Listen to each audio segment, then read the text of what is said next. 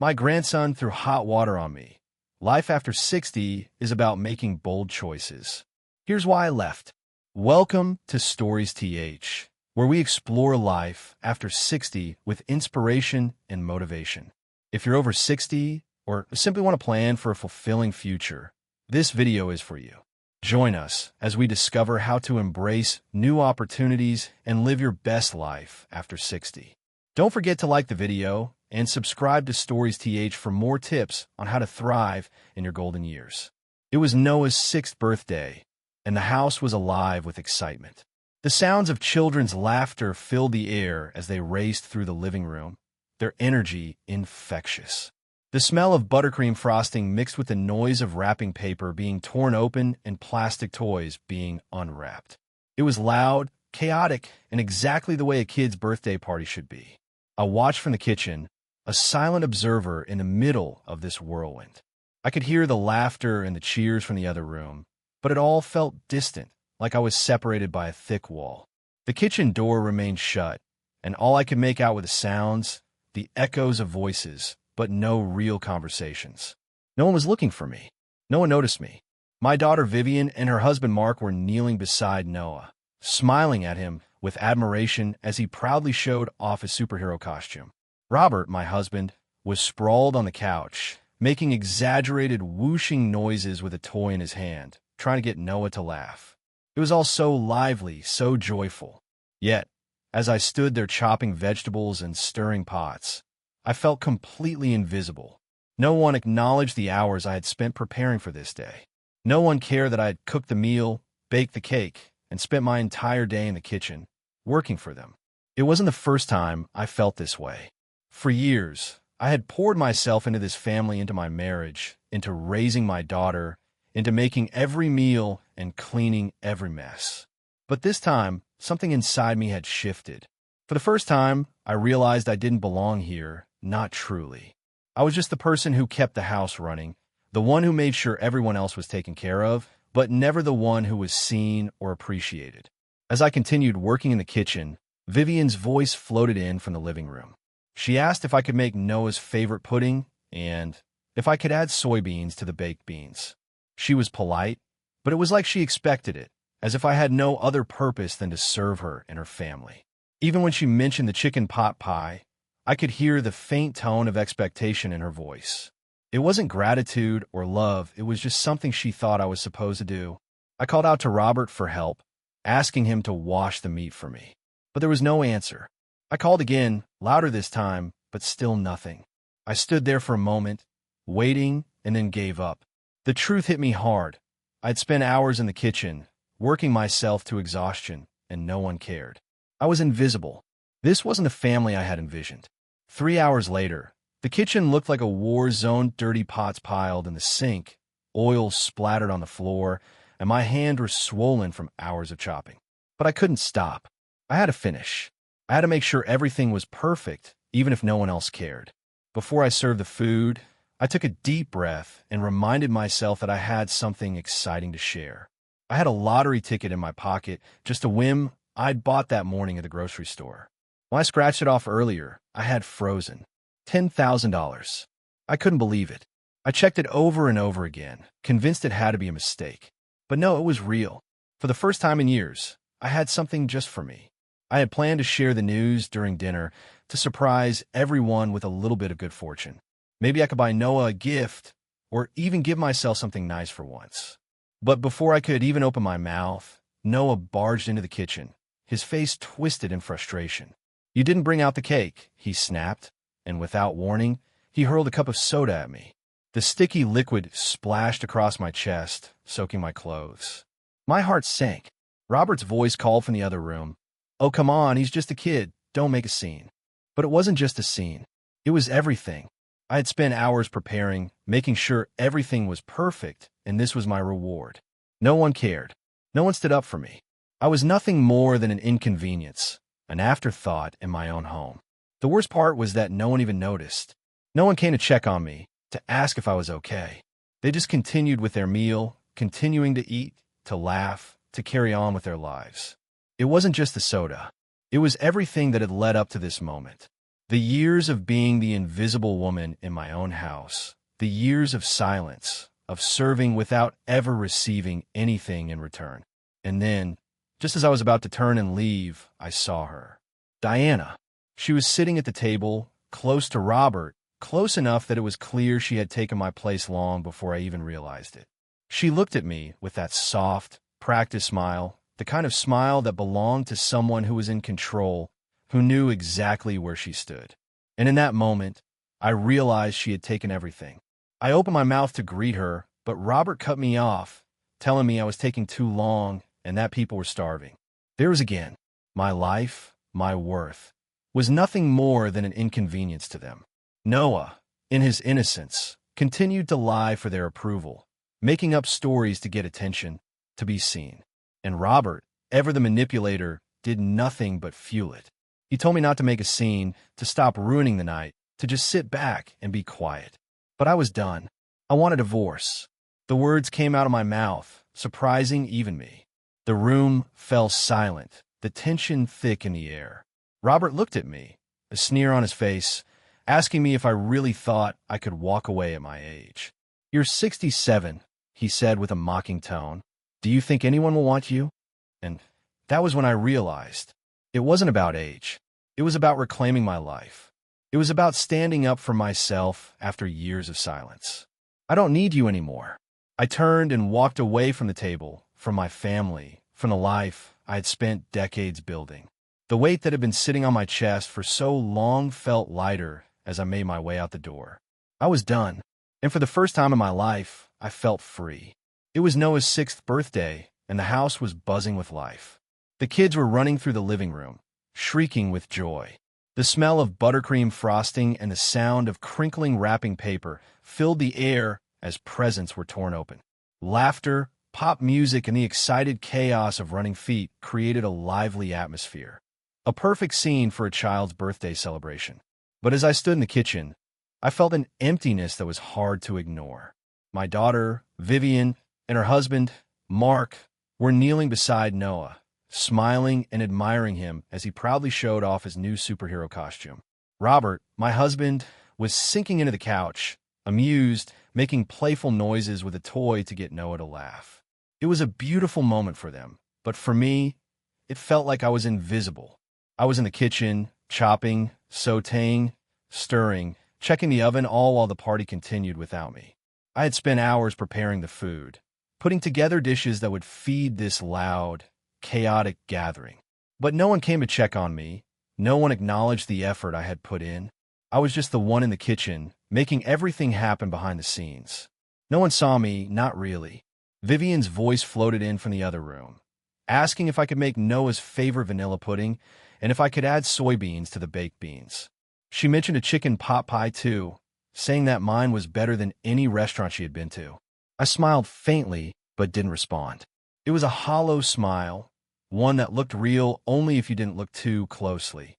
Every dish they mentioned would require hours of prep, slow roasting, dough from scratch. This wasn't just cooking, it was an endurance test. And still, no one thought to help. I called out to Robert, asking him to wash the meat for me, but there was no answer. I called again, louder this time, but still nothing. I waited for a moment, but then gave up and rolled up my sleeves. I went back to the chopping board, back to work. 3 hours later, the kitchen was a disaster, dirty pots piled in the sink, oil splattered on the floor, my hands swollen from the endless chopping. And yet, I couldn't stop. The meal had to be perfect, even if no one else cared. Before I served the food, I took a deep breath, smoothed down my apron, and practiced my smile. I had something exciting to share. Earlier that day, on a whim, I had bought a scratch-off ticket while I was at the store. I had scratched it off while the stew was simmering, leaning against the counter, and when I saw it, I froze. $10,000. I had to check it 3 times, convinced it was some kind of printing error, but no, it was real. For the first time in years, I had something just for me. I had planned to share the news at dinner, to surprise them with my good luck. Maybe buy Noah a gift, maybe even treat myself to something nice. But before I could even get the words out, Noah barged into the kitchen, angry.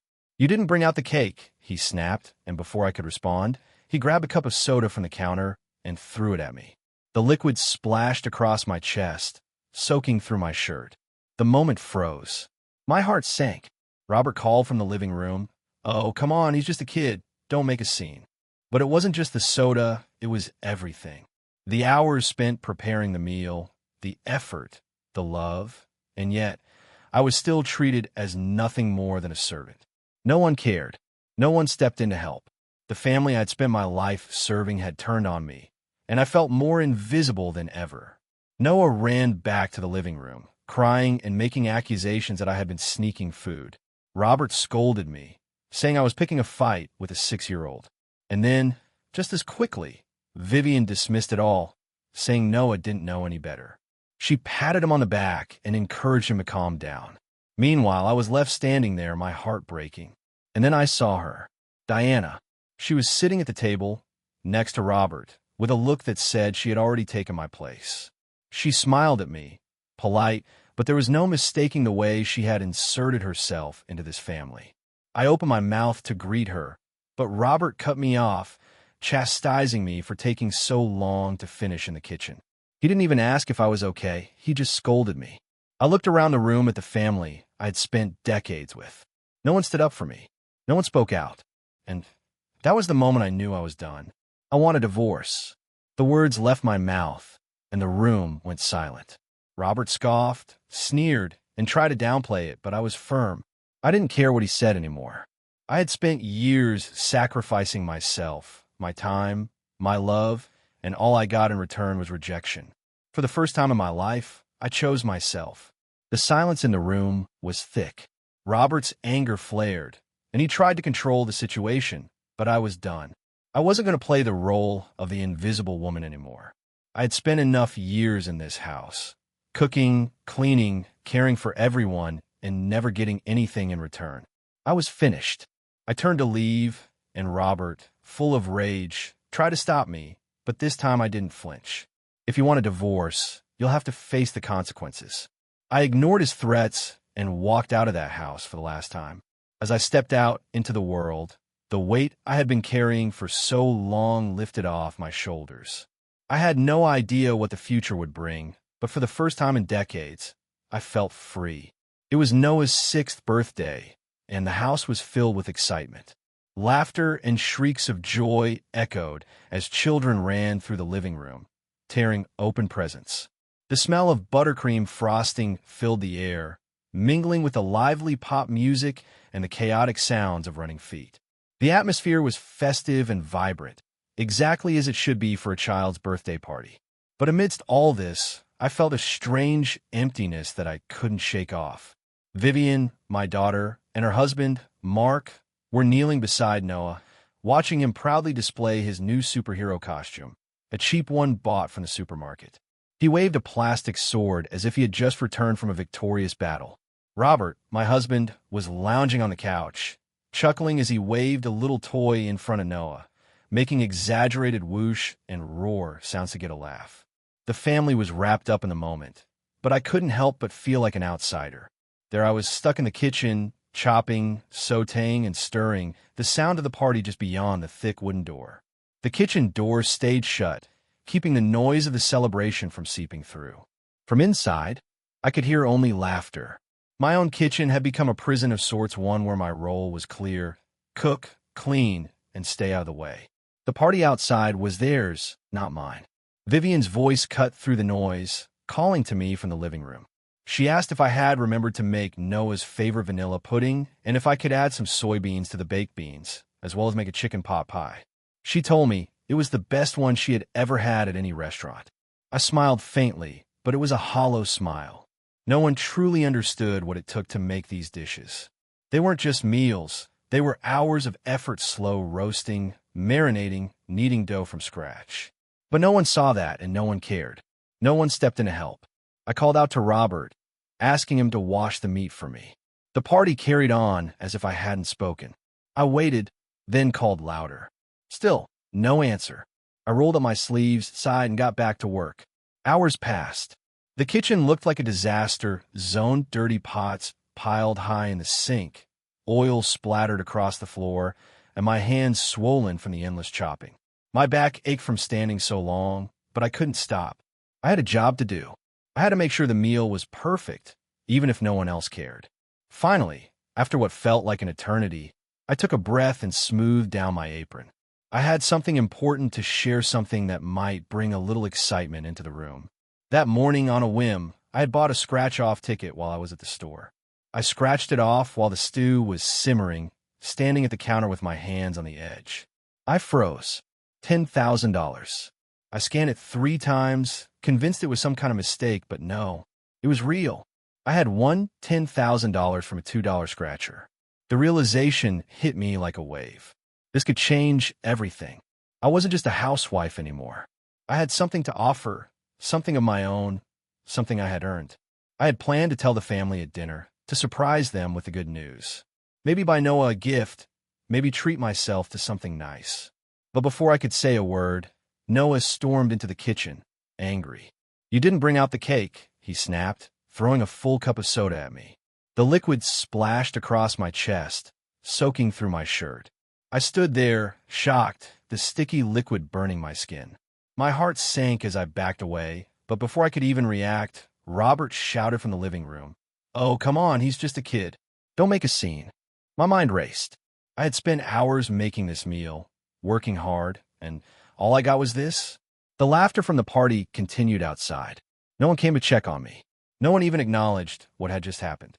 Noah ran back into the living room, and Vivian, without a second thought, patted him on the back, telling him it was okay, as if nothing had happened. But for me, everything had changed in that moment. I had poured everything into this family, my time, my love, my efforts. And in return, I was invisible. I was a servant, a background figure in a family that didn't even see me anymore. And then, she appeared, Diana, Robert's old high school crush. She was sitting next to him at the table, her smile polished and practiced.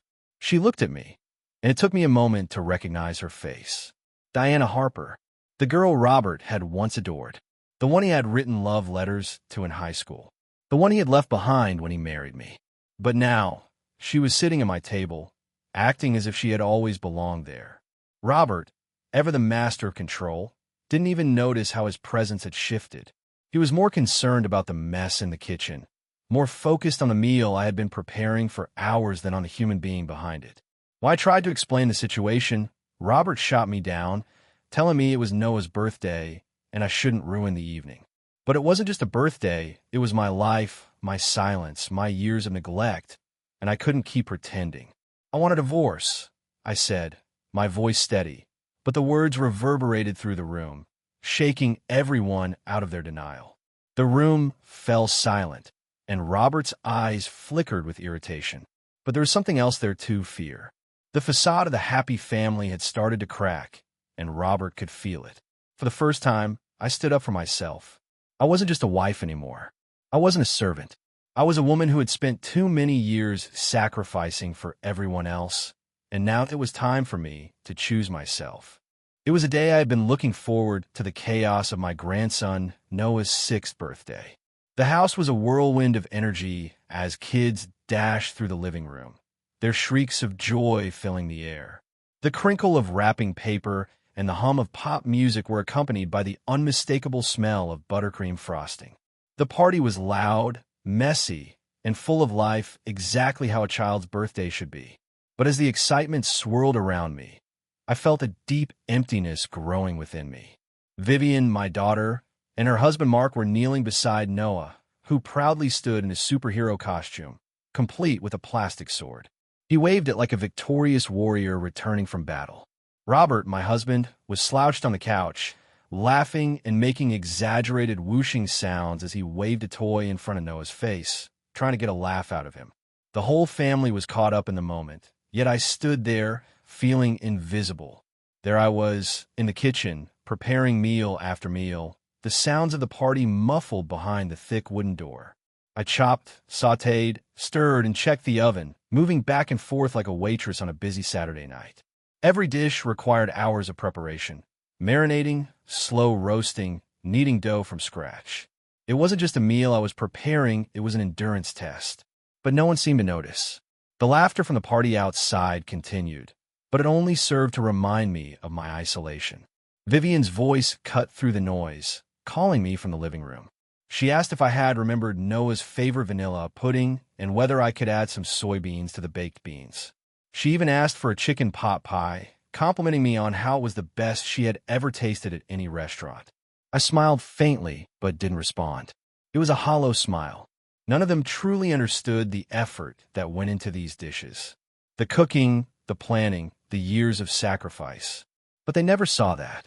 To them, it was just another meal, another service I had to provide. I was the one who worked behind the scenes, always invisible. I called out to Robert to help with the meat, but there was no answer. I called again, louder, still nothing. I rolled up my sleeves and went back to work. The hours passed. My hands were swollen from chopping, the kitchen looked like a disaster zone, and my back ached from standing for so long. But I couldn't stop. I had a duty. I had to make sure the meal was perfect, no matter how unnoticed my efforts were. Finally, after hours of cooking, I took a breath and smoothed down my apron. I had something to share with the family, something that could bring excitement and joy. Earlier that morning, I had bought a scratch-off ticket on a whim at the grocery store. While the stew simmered, I scratched it off and froze. $10,000. I checked it 3 times, convinced it was a mistake, but no, $10,000.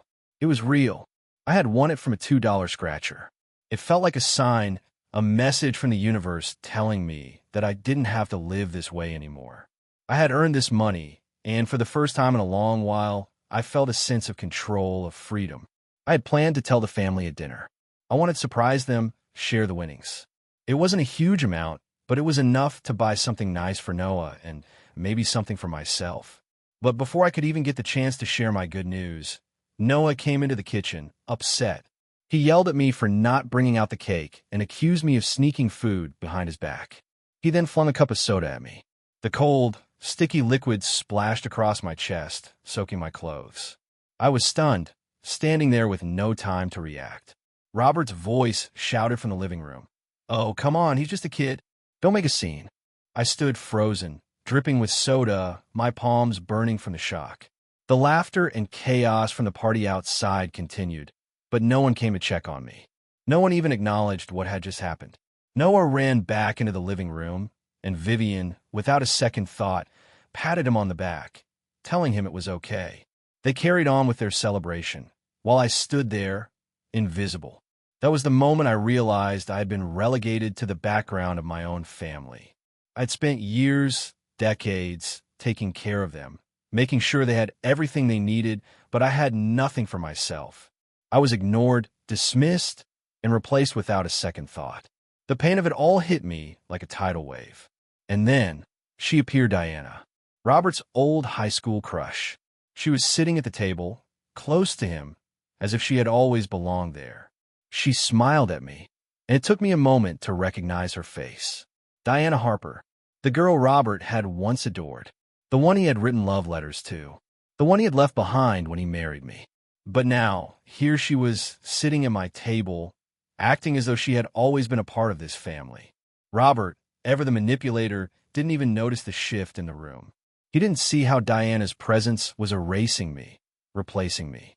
He didn't see that I was no longer just a woman who cooked, cleaned, and cared for everyone. I was the outsider in my own home. And then it happened.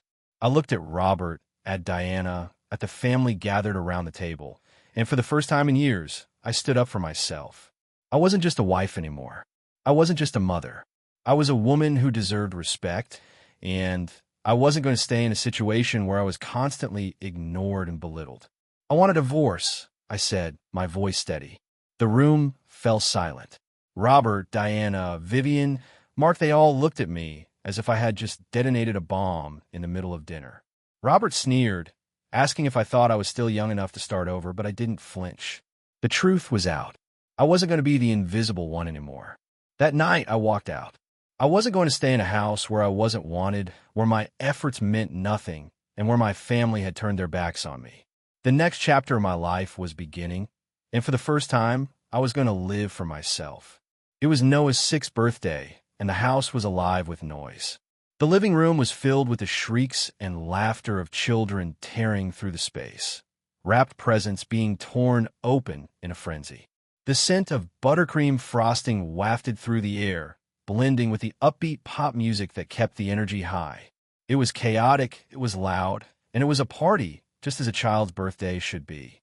But despite the fun, I stood apart from it all, like a quiet observer on the sidelines, feeling the growing emptiness inside.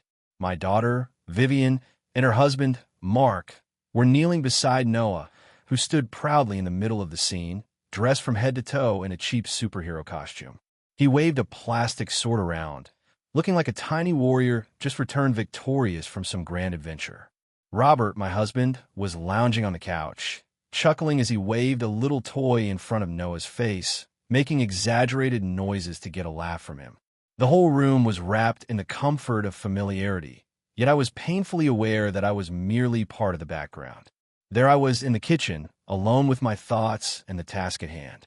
The stove hissed and steamed behind me as I moved around the kitchen, chopping, sautéing, and stirring. It felt like I was on autopilot, as if cooking, cleaning, and taking care of everyone was all I was meant to do. The kitchen door was shut, keeping the noise and chaos from the party at bay. I could hear the laughter, but it felt like an echo. The voices beyond the door didn't reach me. They didn't see me. They didn't need to. I was invisible. Vivian called out from the living room, asking if I had remembered Noah's favorite vanilla pudding and whether I could add soybeans to the baked beans. She also asked for a chicken pot pie, complimenting me that mine was better than any restaurant she had been to. I smiled faintly, but didn't answer. It was a hollow smile, a practiced gesture. The kind of smile I had perfected over the years, one that masked the quiet exhaustion and loneliness I felt. A smile that had become a habit, but no longer held any real meaning. Every dish I made, every meal I prepared, was part of the invisible labor I had been doing for years. It was never enough. It was never acknowledged. I called to Robert, asking for help with washing a cut of meat, but received no answer. I called again, louder this time. Still nothing. I sighed, wiped my hands, and rolled up my sleeves. I was alone in this, as I always had been. The hours passed.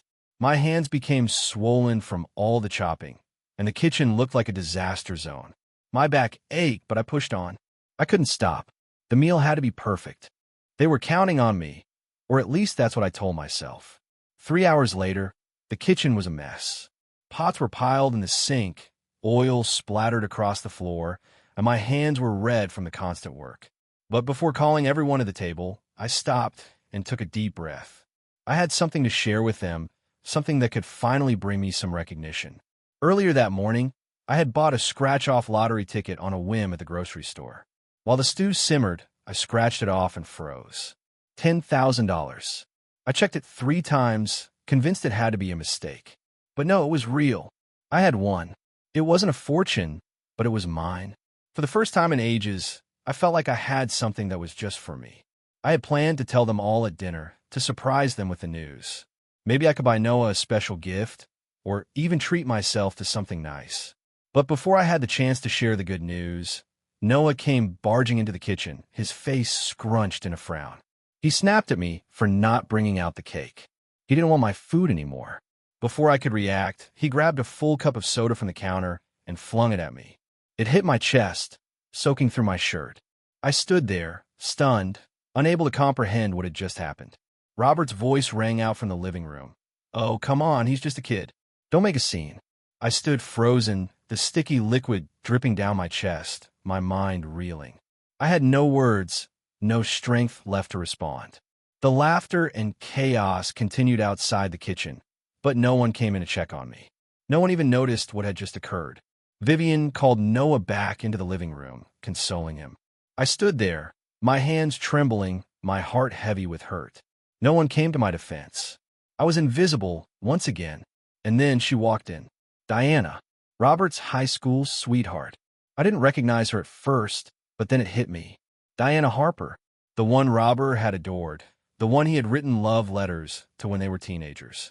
And now, here she was, sitting at my table, close to Robert, as if she had always belonged there. The intrusion was too swift, too clean.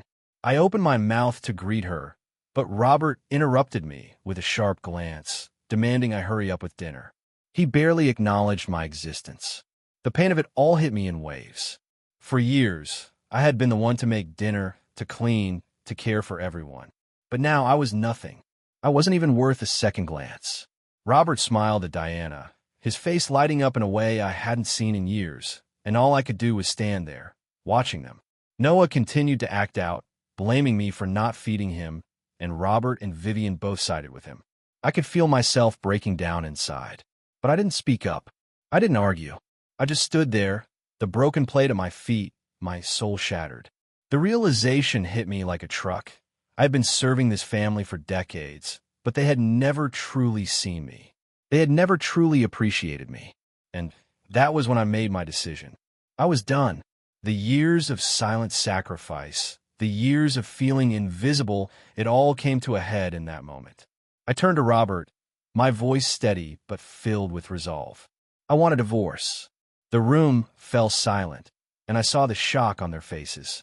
Robert, ever the manipulator, scoffed at me, telling me I was too old to start over. But I didn't care. For the first time in my life, I was standing up for myself. I left that night, walking out of the house I'd spent so many years building for them. I had finally decided to live for myself. It was Noah's 6th birthday, and the house was buzzing with excitement. The air was thick with the sound of children's laughter, the rustle of wrapping paper, and the sweet aroma of buttercream frosting wafting from the kitchen. The living room was a whirlwind of activity, with kids running in every direction, eager to play and unwrap presents. In the middle of it all stood Noah, beaming proudly in his cheap superhero costume from the supermarket, wielding a plastic sword as if he had just returned from some grand, victorious battle. Vivian, my daughter, and her husband Mark were kneeling beside him, their faces lighting up with pride as they cheered him on. Robert, my husband, was lounging on the couch, chuckling as he waved a little toy in front of Noah, trying to get him a laugh with exaggerated sounds of whoosh and roar. And then there was me. I was in the kitchen, alone, moving between the stove and the counter, chopping vegetables, stirring pots, and checking the oven. I was in my element, cooking up a storm as usual. But even in the midst of all the chaos, I couldn't shake the feeling that I was invisible. The laughter and chatter from the living room felt distant, muffled by the thick wooden door that separated me from the rest of the family. I couldn't hear the words, only the sound of a family celebrating without me. Vivian called out from the living room, asking if I had remembered to make Noah's favorite vanilla pudding and if I could use the soybeans she had brought back from Nashville in the baked beans and beef dish. She also requested a chicken pot pie, reminding me that mine was better than any restaurant she'd been to. I smiled faintly but didn't answer. It was a hollow smile, one that didn't reach my eyes. How could it, when I knew deep down that no matter how many meals I cooked, no matter how much I gave, I was still the one left behind. The kitchen had become my domain, my space to disappear. The years of preparing meals, cleaning, and taking care of everyone had become routine. It was what I did, but it wasn't who I was. I had become the invisible woman who made everything happen behind the scenes, but was never truly seen. Every dish required hours of prep, slow roasting. Dough from scratch, nothing was quick or easy. Yet no one seemed to notice how much I gave, how much I sacrificed. They didn't see the exhaustion, the weariness, the ache that settled into my bones as I spent hours making sure everyone else was taken care of. They didn't see the emptiness inside me, growing with every smile I forced, every "I'm fine" I uttered. I called out to Robert, asking for help with washing a cut of meat, but there was no response. I called again, louder this time. Still nothing. I waited for a moment, then gave up. I rolled up my sleeves and got back to work alone. Hours later, the kitchen looked like a battlefield, pots piled in the sink, oil splattered across the floor, my hands swollen and raw from the constant chopping. But I kept going. I couldn't stop. I had to finish. The meal had to be perfect, even if I wasn't. And then, in the midst of it all, I had a moment of unexpected clarity. Earlier that morning, I had bought a scratch-off lottery ticket at the grocery store on a whim. While the stew simmered, I scratched it off, and my heart stopped. $10,000. I checked it 3 times, convinced it had to be a mistake. But no, it was real. I had won. It wasn't a fortune, but it was something that was just mine. For a brief moment, I imagined the possibilities. I could buy something nice for myself. Maybe a gift for Noah. I could finally treat myself, for once. I had planned to share the news at dinner. It was the perfect time, Noah's birthday, a family gathering. I could surprise them all. But then Noah barged into the kitchen, his face scrunched in frustration. He yelled at me for not bringing out the cake, for not doing what he wanted. And then, just as quickly, he grabbed a cup of soda from the counter and threw it at me. I don't know if he meant to hit me or not, but he did. The sticky liquid soaked through my shirt, and I froze, stunned by the shock of it. I didn't even have time to react before Robert shouted from the living room, "Oh, come on, he's just a kid. Don't make a scene." I stood there, dripping in soda, my mind racing. No one came to check on me. No one acknowledged what had just happened. The laughter from the living room continued unabated. I was invisible again.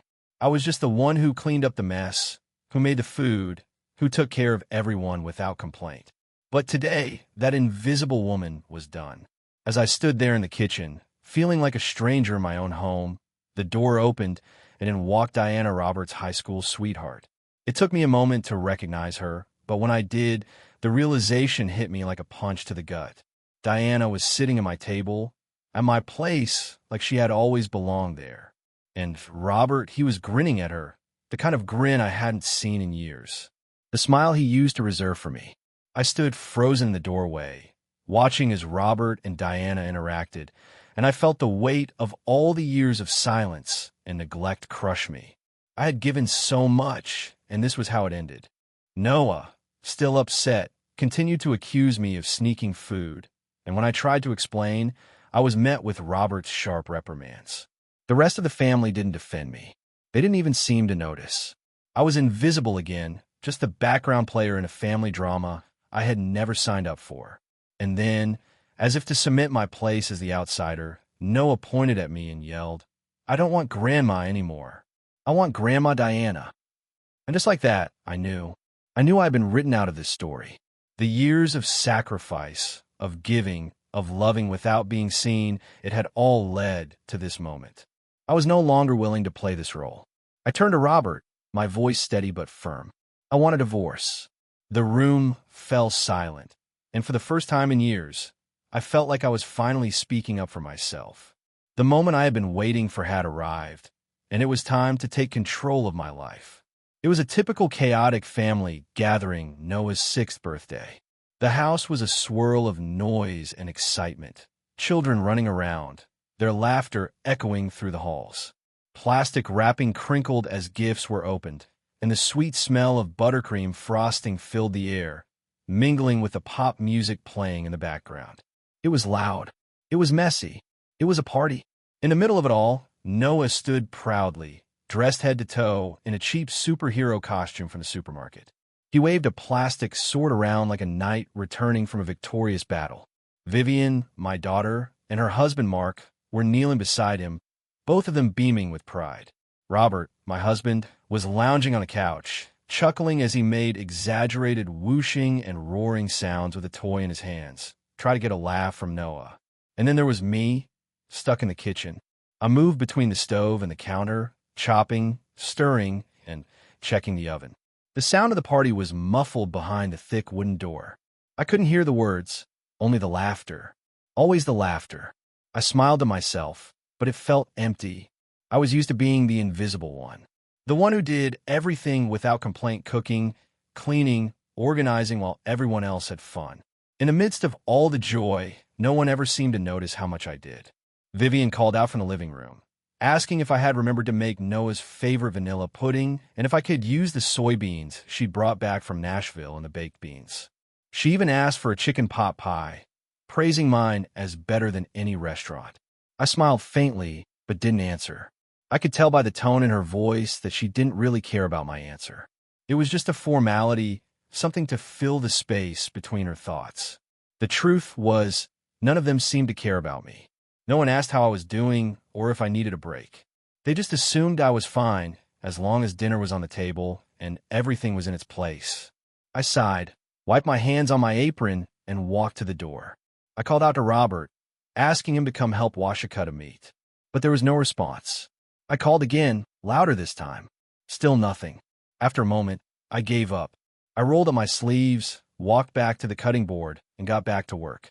3 hours later, the kitchen looked like a war zone, oil splattered on the floor, dirty pots piled in the sink, my hands red and swollen from the constant chopping. But I kept going because that's what I did. I always kept going, even when no one noticed. And then, in the midst of all that, I had a moment of clarity. Earlier that morning, I had bought a scratch-off lottery ticket on a whim. It wasn't much, just a cheap $2 ticket from the corner store, but as I scratched it off while the stew simmered, my heart stopped. $10,000. I couldn't believe it. I checked it over and over, convinced it was a mistake. But no, it was real. I had won. For the first time in years, I felt something shift inside me. It wasn't about the money, not really. It was about the fact that something had finally gone my way. Something that was just for me. I could buy something nice for myself. I could treat myself. I could even buy Noah a birthday gift. It wasn't much, but it was mine. I had planned to share the news at dinner, make it a fun surprise. I imagined the excitement on their faces when I told them. But then, Noah came running into the kitchen, his face scrunched in frustration. "You didn't bring out the cake," he snapped. "I don't want your food anymore." I was taken aback. Before I could respond, he grabbed a cup of soda from the counter and threw it at me. The liquid splashed all over me, soaking through my shirt. I stood there, frozen in shock. No one came to check on me. No one even noticed. Robert yelled from the living room. "Oh, come on, he's just a kid. Don't make a scene." And just like that, the weight of it all hit me. No one cared about me. Not really. Not unless I was cooking or cleaning or taking care of them. I was just the one who kept things running, the one who kept quiet while everyone else lived their lives. I was invisible. Even Noah, my own grandson, had turned on me. He lied about me, saying I was sneaking food. No one defended me. Not a single person. It was as if I didn't exist. And then, just when I thought it couldn't get worse, Diana walked in. Diana Harper, Robert's high school sweetheart. The woman he adored back then. I stood frozen in the doorway, staring at her. She was sitting at my table, in my place like she had always belonged there. Robert, my husband, was smiling at her, the smile I hadn't seen in years. The smile he used to give me. The realization hit me like a ton of bricks. I was no longer part of this family. I had been replaced. I tried to speak, but the words caught in my throat. I looked around the room at the faces I had known for years, Vivian, Mark, Noah, and I realized something. They weren't my family anymore. They were strangers. Strangers who didn't care, who didn't notice, who didn't see me at all. I was nothing, and that's when I made the decision.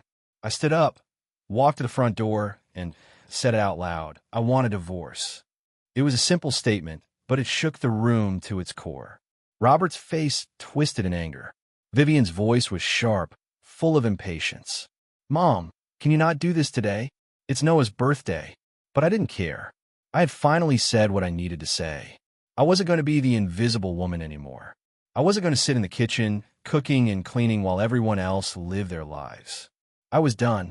I walked out of that house, leaving behind the chaos, the lies, the years of sacrifice.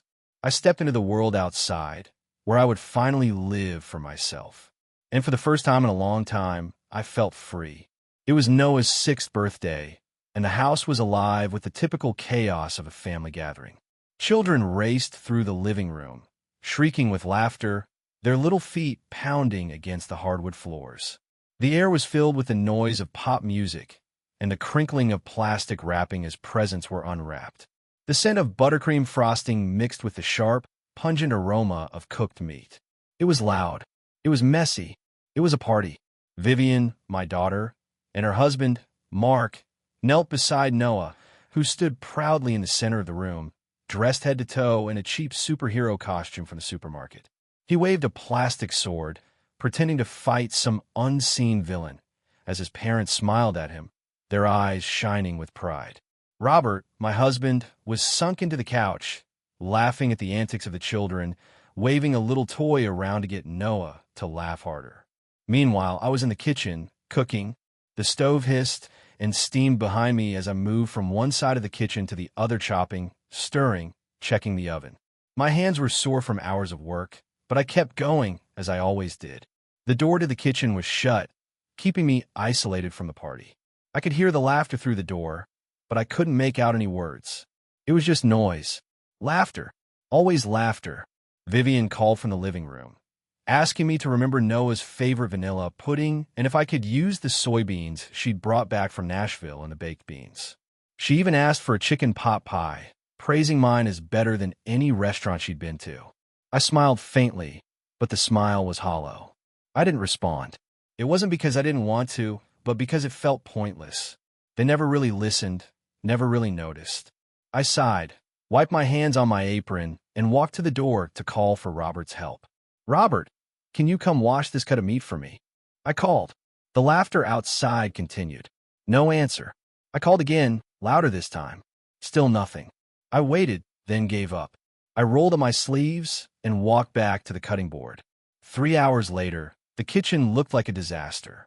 Oil splattered on the floor, dirty pots were piled high in the sink, and my hands were red and swollen from all the chopping. But before calling everyone to the table, I stopped for a moment. I smoothed down my apron and practiced a smile in the mirror. I had some news, something small that might bring a little excitement to the room. Earlier that morning, I'd picked up a scratch-off lottery ticket. I had scratched it as the stew simmered on the stove, almost absent-mindedly. To my surprise, it was a $10,000 winner. I couldn't believe it. I scanned it 3 times and even checked the lottery website twice, convinced it was some mistake. But it wasn't. It was real. I had planned to share the news with everyone at dinner. A fun surprise. Nothing big, but enough for everyone to get a little something, a birthday gift for Noah, and maybe something for me, too. But then Noah barged into the kitchen, his face scrunched in frustration. "You didn't bring out the cake," he yelled. "I don't want your food anymore." Before I could respond, he grabbed a cup of soda from the counter and threw it at me. The sticky liquid hit my chest, soaking through my shirt. I stood there, frozen in shock. The cup shattered on the floor, and I didn't know what to do. But before I could react, Robert shouted from the living room, "Oh, come on, he's just a kid. Don't make a scene." I stood there, dripping, my palms burning from the shock of it all. No one came in. No one looked up. They just continued eating cake, scrolling on their phones like I wasn't even there. That's when it hit me. I was invisible. I had been for years. Vivian came over to me, smiling, and asked if I was okay. But the smile in her eyes was polite, distant. I couldn't help but feel that I wasn't just invisible to them. I was invisible to myself. And then Diana walked in. Diana Harper Roberts' high school sweetheart. The woman he adored back then, the one he wrote love letters to. I stood frozen in the doorway, watching as she made herself comfortable in my seat at my table. Robert's face lit up when he saw her, the same smile he used to give me, the smile that used to make me feel like I was the most important person in the world. But not anymore. I wasn't the important one. I wasn't the one who mattered. Not to Robert. Not to anyone. Not even to Noah, who, just moments ago, had declared that he didn't want me anymore. He wanted Diana. I stood there, my heart sinking as I realized that I had been replaced. Not just by Diana, but by everyone. The woman I had spent decades taking care of, raising, and loving was gone. She was no longer mine to love, mine to care for. She was someone else's now. I wanted to say something, anything, but the words caught in my throat. So, instead, I made a decision.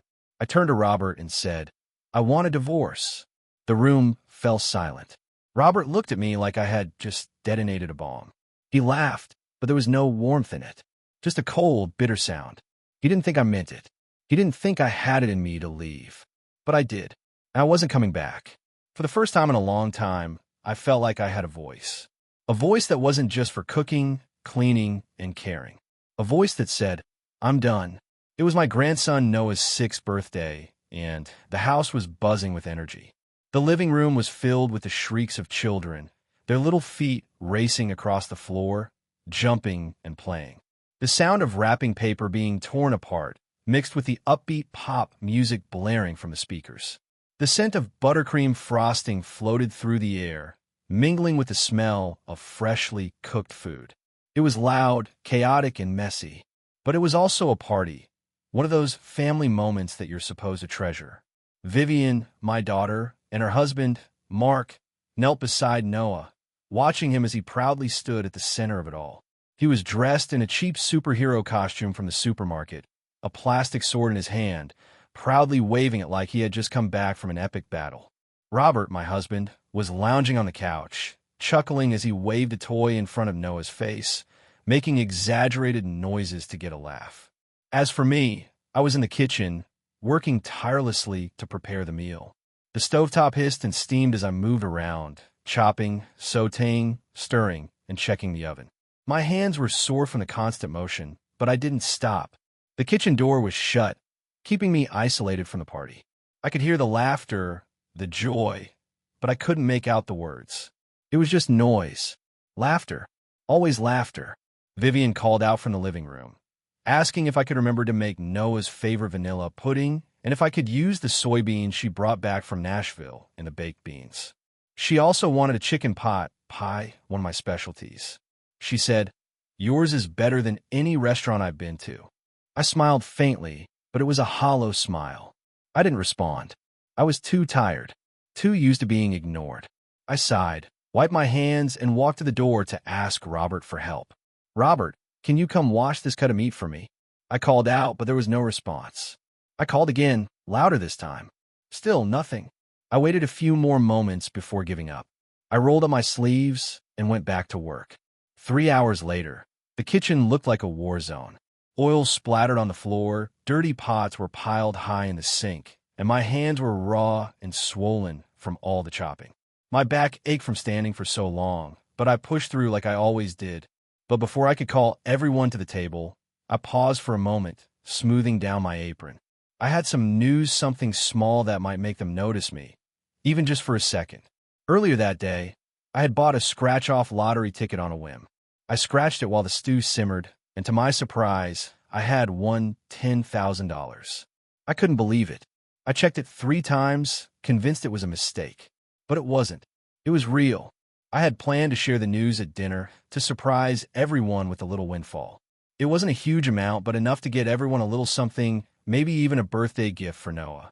It wasn't much, but it was mine. But then Noah barged into the kitchen, his face scrunched with frustration.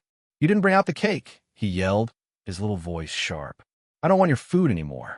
And before I could react, he grabbed a full cup of soda from the counter and threw it at me. The soda hit my chest, soaking through my shirt, and I froze in shock. The cup shattered on the floor, and I didn't know what to do. Before I could react, Robert's voice rang out from the living room. "Oh, come on, he's just a kid. Don't make a scene." I stood there, dripping, my palms burning from the shock. No one came into the kitchen.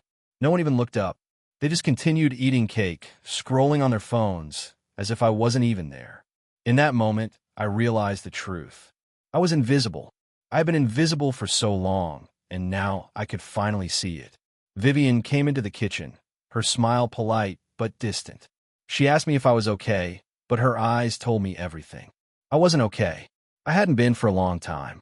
I had spent years taking care of everyone else, cooking, cleaning, doing everything to keep this family running. And yet, they all ignored me. They didn't care. Not really.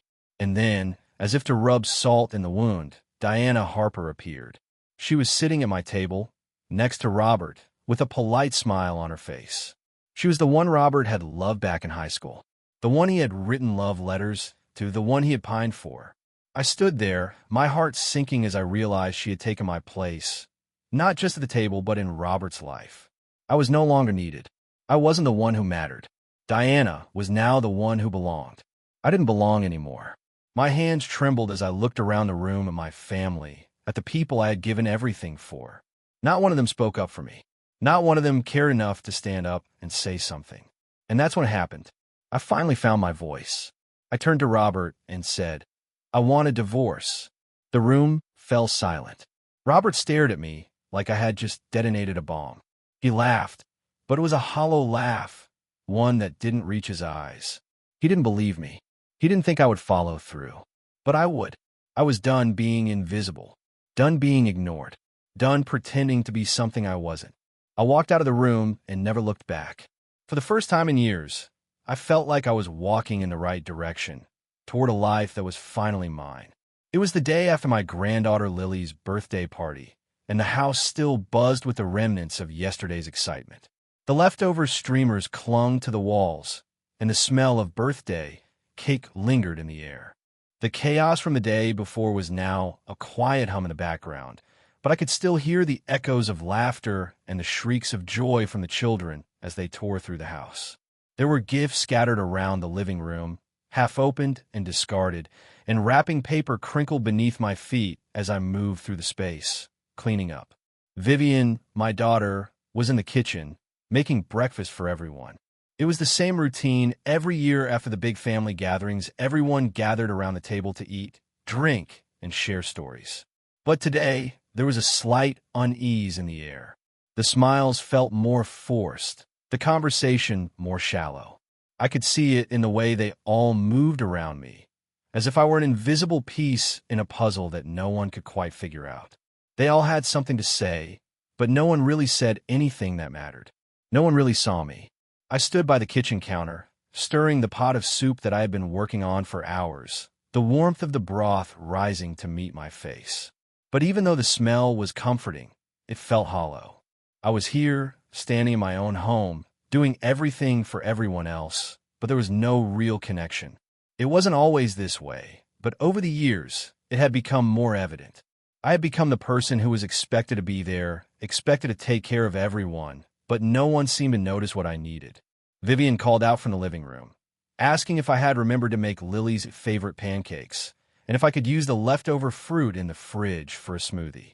It felt like the same requests I had heard 100 times before, and yet I couldn't remember the last time anyone had asked if I was okay or if I needed help. Everything always revolved around them, their needs, their wants, their schedules. And I, like a dutiful soldier, had fallen into the routine of silently serving. I didn't answer Vivian right away. Instead, I wiped my hands on my apron, walked over to the window, and gazed out at the backyard. The garden I had tended to for years now looked wild and overgrown, the once beautiful flowers now in need of care. Just like me, I thought forgotten and overgrown, waiting for someone to notice. Vivian called out again, her voice tinged with impatience, snapping me out of my thoughts. "Mom, did you hear me? Lily's pancakes are waiting, and I'm getting the fruit ready for the smoothies. Can you hurry up?" I smiled faintly, my heart sinking a little. "Of course," I replied quietly. As I turned back to the stove, I felt the weight of everything pressing down on me. I hadn't eaten all day, but no one noticed that either. My stomach growled, but I kept moving, kept serving. It was what I had always done. A few minutes later, I heard Lily's voice as she ran into the kitchen. "Grandma, I want to play outside with you," she said, her face lighting up with excitement. I smiled at her and said, "In a minute, sweetie. Grandma is finishing up in the kitchen." She pouted, but then ran back to the living room, where the other kids were still playing. Vivian, in the meantime, had been busy preparing the breakfast spread and organizing the rest of the day's plans. "Mom, we're going to the park after breakfast, and I need you to keep an eye on the kids while Mark and I get things ready. Can you handle that?" she asked without really looking at me. It wasn't a question, it was an expectation. Of course, I'd handle it. I nodded without saying a word, my hands shaking slightly as I plated the pancakes. The thought of spending another day running around after the kids, while everyone else relaxed, weighed heavily on me. But what could I say? I had learned long ago not to ask for help, not to expect anything in return. This was my role, and I had accepted it, even though it didn't feel right anymore. As I finished setting the table, I couldn't help but glance around the room. No one had come to help me, not even a simple offer to lend a hand. I could feel the tension in the air. No one spoke up. No one said anything meaningful. It was as if they had all forgotten who I was beyond the role I played in their lives. I wasn't their mother, their grandmother, their friend. I was just the woman who cooked, cleaned, and took care of everything. And then it happened. Just as I was about to sit down to eat, Vivian turned to me and said, "Mom, you've really been overdoing it lately. Maybe it's time to slow down a bit. You can't keep up this pace forever." Her words stung, even though I knew they were meant to be caring. The truth was I was tired. Tired of pretending everything was okay when it wasn't. Tired of always being the one who did everything, but never received anything in return.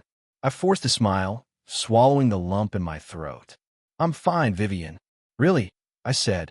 But as I looked around the table at my family, all I could feel was the emptiness inside me, a quiet ache that had been growing for years.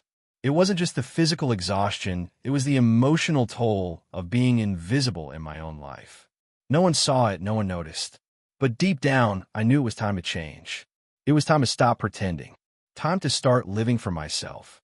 I stood up, my decision made. "I think I'll take a walk outside," I said, my voice steady. Vivian looked at me with confusion, but I didn't wait for her to respond. I walked out the door, stepping into the cool air of the morning. For the first time in a long time, I breathed deeply, feeling the weight of the world lift off my shoulders. This wasn't the life I had signed up for.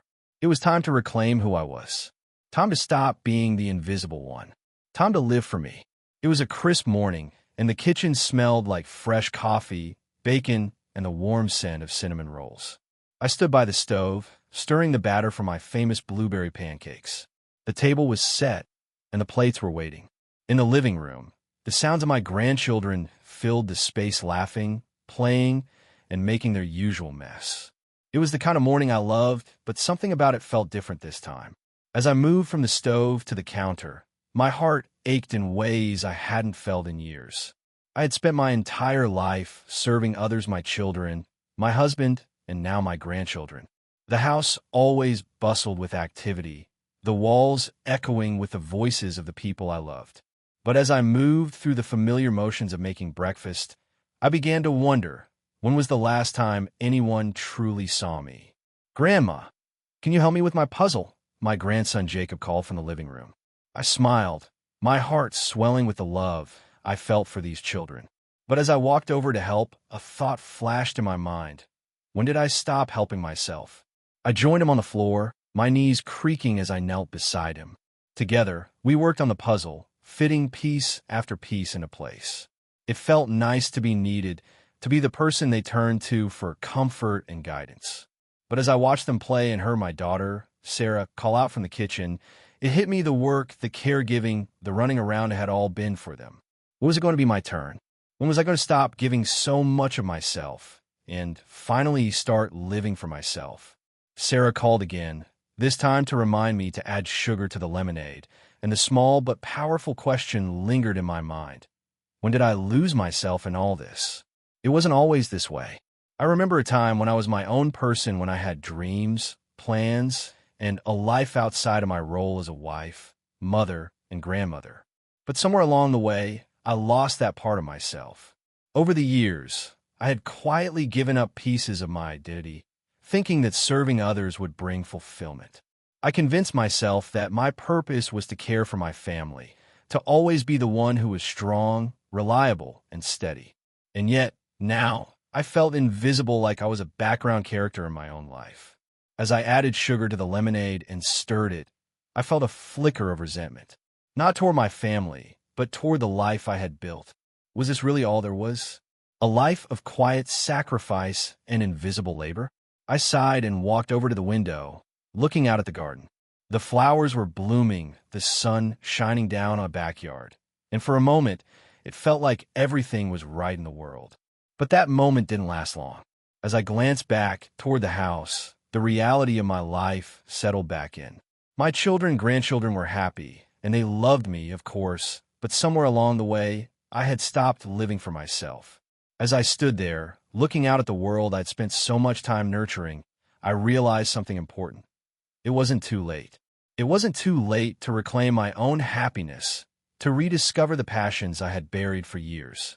I walked back into the kitchen, my resolve growing stronger. Today was going to be different.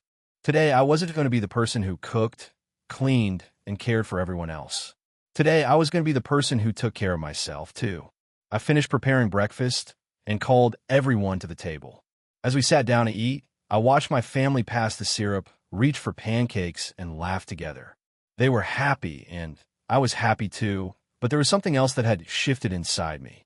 I realized that for the first time in a long while, I wasn't just going through the motions.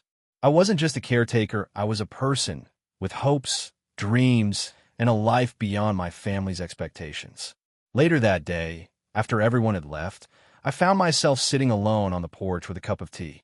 The quiet of the evening wrapped around me like a blanket, and for the first time in a long time, I felt at peace.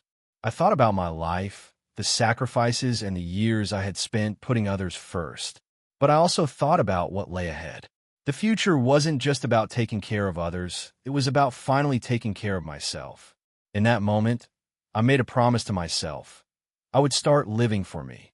I would take the time to do the things that made me happy, to explore the world again, and to rediscover the woman I had once been before life demanded so much from me. The next day, I began to make plans. I signed up for a painting class, something I had always wanted to do but never had the time for. I started taking walks around the neighborhood, savoring the simple beauty of nature and the peace it brought. And most importantly, I began to say no when I needed to. No, I couldn't take care of everything. No, I couldn't always put others first. It wasn't easy at first. There were moments of guilt, moments when I felt selfish for focusing on myself. But those moments grew fewer as I realized something important. My happiness mattered too. It wasn't just about taking care of others, it was about taking care of myself, so I could be the best version of myself for those I loved. As the weeks went by, I felt a sense of freedom I hadn't felt in years. I was no longer trapped in the role I had played for so long. I was finally living for me, and in doing so, I was living a life that was whole, fulfilling, and true. And so, as I sat back in my chair, sipping my tea, I smiled to myself. The road ahead was still long, but it was mine to walk, and for the first time in a long time, I felt ready to take the first step. It was a chilly Saturday morning, and the quiet of the house was a stark contrast to the usual chaos. I sat at the kitchen table, staring out the window, watching the leaves fall in slow motion, one by one. There was a gentle silence in the air, and, for the first time in what felt like years, wasn't uncomfortable. It wasn't lonely, either. It was simply peaceful. I had just spent the morning tidying up the house, putting away the dishes, and cleaning up the kitchen like I always did. But today was different. It wasn't about anyone else. It wasn't about what my husband, Robert, or my children, Sarah and Mark, needed. It was just about me. Over the years, I had gotten used to the idea of being the one who did it all, the one who made sure the family was fed, that the house was in order, that everyone had what they needed. But it wasn't enough anymore. As much as I loved them, as much as I had poured myself into our family, I was starting to feel something inside me break. I was starting to feel invisible. My thoughts drifted back to the way I'd spent the past decade, an endless cycle of caring for others, sacrificing my own desires, and living in the background. I loved my family, of course, but somewhere along the way, I had stopped being a priority. I shook my head and tried to push the thoughts aside. Today, I told myself, was going to be different. It was time to stop being a background character in my own life. I was ready to start living for me. Earlier that morning, I had gone to the grocery store, something I hadn't done in weeks. I picked up a few of my favorite things, some fresh vegetables, a bottle of wine, and a bouquet of flowers. When I walked into the store, I was struck by how small everything seemed. I had lived in this town for decades, but the familiar aisles, the familiar faces felt distant. I couldn't help but wonder, how had I gotten here? How had I allowed my life to become so small, so focused on the needs of others? But as I walked through the aisles, something inside me shifted. I realized that I had the power to change my life. I didn't have to keep shrinking myself. I didn't have to keep putting everyone else's needs before mine. I could still care for my family, but I didn't have to lose myself in the process. I came home, unpacked my groceries, and placed the flowers in a vase on the kitchen counter. The simple act of caring for something other than a meal or a task felt like a small victory. It was a reminder that I mattered too. Later that afternoon, Robert and the kids arrived home, and the noise filled the house once again. They had been out running errands, and now they were back to claim their space. I smiled as they entered, but there was a quiet strength behind it, a reminder that I no longer had to be the one to hold everything together. I didn't need to be the one who made everything right, who put everyone's needs first. The kids rushed into the kitchen, pulling out snacks from the pantry and getting excited about the weekend. Robert sat down at the table, flipping through his phone, completely unaware of the shift that had taken place in me. It wasn't that I didn't love them, it wasn't even that I resented them. But I'd spent my whole life waiting for the right moment to speak up, to stand up for myself. And that moment had arrived. I took a deep breath and cleared my throat. "I need to talk to you, Robert," I said quietly. My voice was steady, calm, but there was no mistaking the finality in it. He looked up, eyebrows raised. "What's up?" he asked, his voice still casual. "I'm done," I said, the words feeling both foreign and freeing. "I can't keep doing this. I can't keep putting everyone else first and pretending that it doesn't hurt me. I'm ready to live for myself now." The room went silent. The kids stopped what they were doing and turned to look at me. Robert's face shifted confusion, then irritation. "What are you talking about?" he asked. "You can't just decide to stop taking care of everything. This is our life, our family. I've given everything to this family, Robert," I said, my voice softening but still firm. "And I don't feel seen. I don't feel valued. I don't want to keep pretending like I'm okay with being the one who does it all." The words hung in the air, thick with emotion. It was a conversation I had been avoiding for years. The truth, the raw truth, was finally spilling out. "I'm not asking for much," I continued, "but I need to start taking care of myself. I need to live for me." Robert opened his mouth to speak, but I held up my hand. "Don't. I don't need your approval anymore. I just need you to understand that this is about me, not you. This is about me finally taking control of my own life." The kids exchanged uncomfortable glances, unsure of how to respond.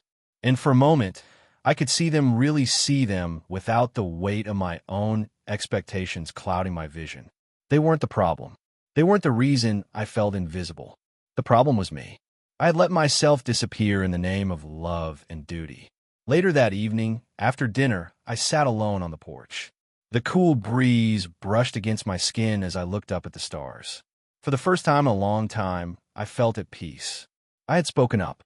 I had said what I needed to say, and the world hadn't ended. The sun would rise tomorrow, and I would rise with it, ready to start living for myself. I didn't know what the future held. I didn't know what the next chapter of my life would look like. But I knew one thing for sure: I was no longer willing to be the background character in my own story. It was my turn now. The story offers several key life lessons, particularly relevant to older adults who may find themselves at a crossroads after years of putting others' needs first. One of the most profound messages is the importance of self-worth and self-care, no matter how old you are. For many, the act of caring for loved ones, whether as a spouse, parent, or grandparent, can become so consuming that it's easy to forget your own needs, dreams, and desires. This narrative illustrates that it's never too late to reclaim your life, to stand up for yourself, and to let go of relationships or situations that no longer serve you. It teaches that setting boundaries is not selfish, but necessary for emotional and mental well-being. The character's decision to speak her truth and take action, despite the difficult circumstances, encourages us to trust that it's never too late to change our narrative, to embrace new possibilities, and to step into our own power. For older adults, this lesson is particularly important as it's easy to feel invisible or forgotten, especially after years of dedicating time and energy to others. However, just like in a story, the courage to say "I matter too" and to take control of your own happiness can lead to a new chapter of fulfillment and peace. Life is not about surviving for others. It's about living for yourself, even when society or family dynamics may try to convince you otherwise. It's a reminder that self-love is a foundation for loving others, and it's possible to find joy and freedom at any stage in life. By choosing to live for yourself, you can truly embrace the joy of living with purpose and dignity. Thank you for watching this video on Life After 60. We hope you found inspiration and practical tips to lead a more fulfilling life. If you enjoyed the video, please hit the like button and don't forget to subscribe to Stories TH for more great content on aging gracefully and living your best life. We'll see you in the next video.